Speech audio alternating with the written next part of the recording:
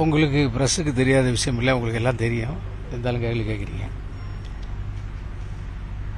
அந்த 4 கோடி ரூபாய் தேர்தல் நேரத்தில் பிடிபட்ட பணம் சம்பந்தமாக விசாரிப்பதற்காக எனக்கு நேற்றைக்கு ஒரு சம்மன் சிபிசிஐடியிலேருந்து கொண்டாந்து கொடுத்தாங்க. நான் இன்றைக்கி ஏற்கனவே பார்ட்டியினுடைய ப்ரோக்ராம் சம்பந்தமாக எனக்கு இந்த மாதம் 1ஆம் தேதி வரை மே 1 வரையில் ஏற்கனவே ஃபிக்ஸ்டு ப்ரோக்ராம்ஸ். அதனால் நான் வர முடியாதுன்னு சொல்லி எனக்கு 10 நாள் அவகாசம் வேணும்னு சொல்லி எழுதி கொடுத்து அவங்க அதை ஒத்துக்கொண்ட பிறகு இன்றைக்கி நான் என்னுடைய வெளியூர் ப்ரோக்ராமுக்காக புறப்பட்டுக்கிட்டு இருந்த நேரத்தில் வந்தாங்க. நோட்டீஸ் எதுவும் கொடுக்காம, தகவல் எதுவும் சொல்லாமல் விசாரிப்பதற்காக வந்தார்கள். நான் அவங்கள வரவேற்று அமர்ந்து அவங்க என்ன கேள்வி கேட்குறாங்களோ அவங்க கேட்டதுக்கு எதுக்கும் நம்ம சம்பந்தம் இல்லாத விஷயங்கள் சம்பந்தமில்லை என்பதை சொன்னேன்.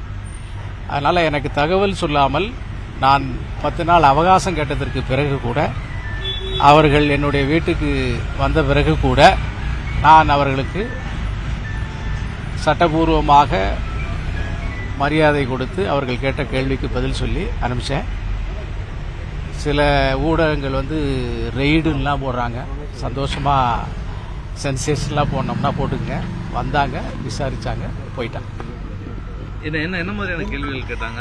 ஏன்னா விசாரணைக்கு நம்ம டைம் கேட்டிருக்கப்போ விசாரணைக்கு வர்றது அப்படின்றப்ப அதை எப்படி பார்க்குறது? இது அரசாங்கம், தமிழ்நாடு அரசாங்கத்தினுடைய அழுத்தத்தின் காரணமாக அவர்கள் ஒரு சென்சேஷனத்தை உருவாக்கணுங்கிறதுக்காக போலீஸ் இவர்களுடைய ஆயுதமாக பயன்படுத்தப்பட்டிருக்கு. ஏன்னா இன்னைக்கு நாங்கள் இந்த விசாரணை கூடாது என்று சொல்லி ஹைகோர்ட்டில் கேஸ் இன்னைக்கு ஃபைல் பண்ணியிருக்கோம். நாளைக்கு அது சம்பந்தமான தீர்ப்பு வந்துடும். அதற்கு முன்னால் முந்திக் கொள்ளணுங்கிறதுக்காக தமிழ்நாடு அரசாங்கம் இந்த செய்கையை செஞ்சிருக்கு. அதனால இது ஒரு சென்சேஷனலிசமே தவிர இது உண்மையான உருப்படியான விஷயம் அல்ல.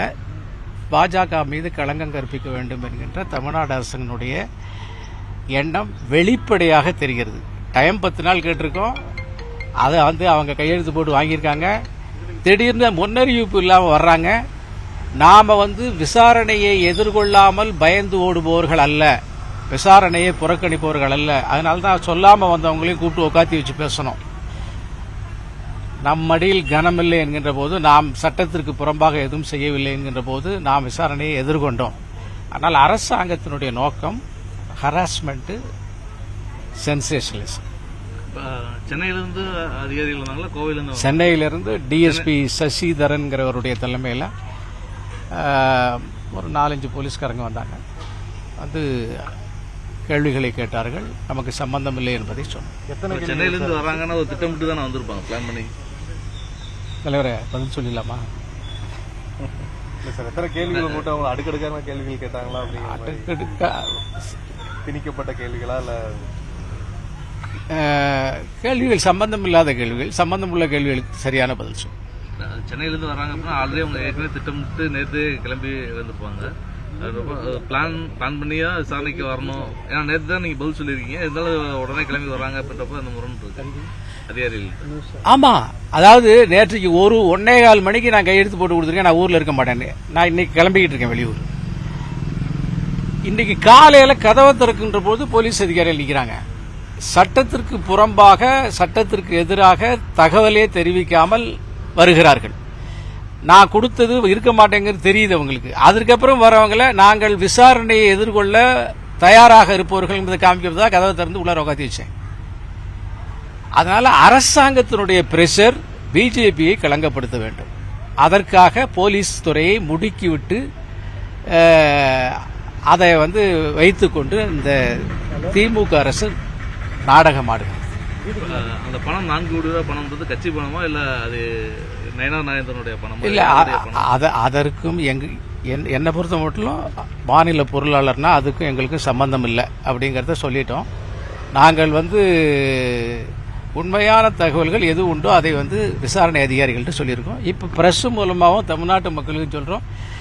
கடந்த 1 வார காலமாக எல்லா பிரஸ் அப்படின்னு நான் சொல்ல மாட்டேன், சில உள்நோக்கம் கொண்ட அரசின் ஆதரவு பெற்ற அரசினுடைய கை பாவையாக இருக்கிற சில பிரஸ் மட்டும் பிஜேபியினுடைய பணம் அந்த மாதிரியாக அதை தவறாக சித்தரித்து சொல்லிக்கிட்டு இருக்கு. அவங்க எல்லாருக்கும் சொல்கிறோம், இதற்கும் எங்களுக்கும் சம்பந்தம் இல்லை. அதை நாங்கள் வெளிப்படையாக மக்களுக்கும் சொல்கிறோம், அதிகாரிகள்ட்டையும் சொல்லிட்டு அந்த பணம் பாஜகவுடைய பணம் கிடையாது, அல்ல. கட்சி பணம் கிடையாது. அல்ல. அப்ப கட்சி பணம் கிடையாது அப்படின்னா இப்போ போலீஸுடைய நோக்கம் என்ன இருக்கும்? உள்நோக்கம் பிஜேபி எந்த வகையில் வந்து தவறாக ப்ரொஜெக்ட் பண்ணலாம். தேர்தல் முடிஞ்சு போச்சு, இனிமேல் தவறாக ப்ரொஜெக்ட் பண்ணி என்ன பண்ண போகிறாங்க? இவங்க என்ன வடக்கையே போய் பிரச்சாரம் பண்ண தயாராக இல்லை, வடக்கை இவங்க போனால் அவங்க ஏற்றுக்க தயாராக இல்லை. வடக்கு இருக்கிற எந்த ஒரு போஸ்டர்லேயும் ஸ்டாலினும் திருநாவாளனுடைய படமும் இல்லை. அந்த அளவுக்கு வடக்கு இவர்களை புறக்கணிக்கிறது காரணம் இவங்க ராமர் கோயிலை பற்றி அவமரியாதையாக பேசுனதுக்காக. அதனால் இந்த சூழ்நிலையில் தமிழ்நாடு அரசாங்கம் பிஜேபியை களங்கப்படுத்துவதற்காக திமுக அரசு, தமிழ்நாடு அரசு இல்லை, திமுக அரசு, மு.க. ஸ்டாலின் தலைமையிலான அரசு இந்த முயற்சியை மேற்கொள்கிறது. மிகப்பெரிய அளவில் அது தோல்வியை சந்திக்கும், அவமானத்தை சந்திக்கும், தவறான புகாரை சொல்லுகின்ற காரணத்தினால். காவல்துறை அது தொடர்பான சாட்சிகள் ஒன்னொன்னா சேர்த்துட்டு வராங்க அப்படின்னு சொல்றாங்க. தெரியாது. அந்த ட்ரெயின் டிக்கெட் எடுத்தது, அதுல வந்து அவங்களுடைய அடையாள அட்டை பயன்படுத்தியதாகவும் அந்த பணம் கொண்டு வந்தது அப்படிங்கிற மாதிரி சில சாட்சிகள் சேர்க்கப்பட்டதா சொல்றாங்க. அதெல்லாம் எப்படி பாக்குறீங்க? சார், நமக்கு பிஜேபிக்கு அதுக்கும் தொடர்பே இல்லைங்கிறப்ப எத்தனை சாட்சியத்தை சேர்த்தா என்ன? அது எந்த விதத்திலையும் பலன் தர போறதில்லை. அது விசாரணை அதிகாரிகளுடைய செயல், அதுக்கும் எங்களுக்கு சம்பந்தம் இல்லை. எத்தனை மணிக்கு வந்தாங்க? எவ்வளவு என்னென்ன விசாரிச்சாங்க? 9 மணிக்கு வந்தாங்க. கேஷுவலாக பேசிட்டு இருந்தாங்க. அப்புறம் கேள்விகள் கேட்டாங்க. ஒரு 11 மணி வாக்கில் கிளப்போம். சரி சார், தேங்க்யூ. மெட்ராஸ்லேருந்து ஒரு 4-6 பேர் வந்தாங்க. லோக்கல் சிபிசி இடையிலேருந்து ஒரு 4-6 பேர் வந்தாங்க.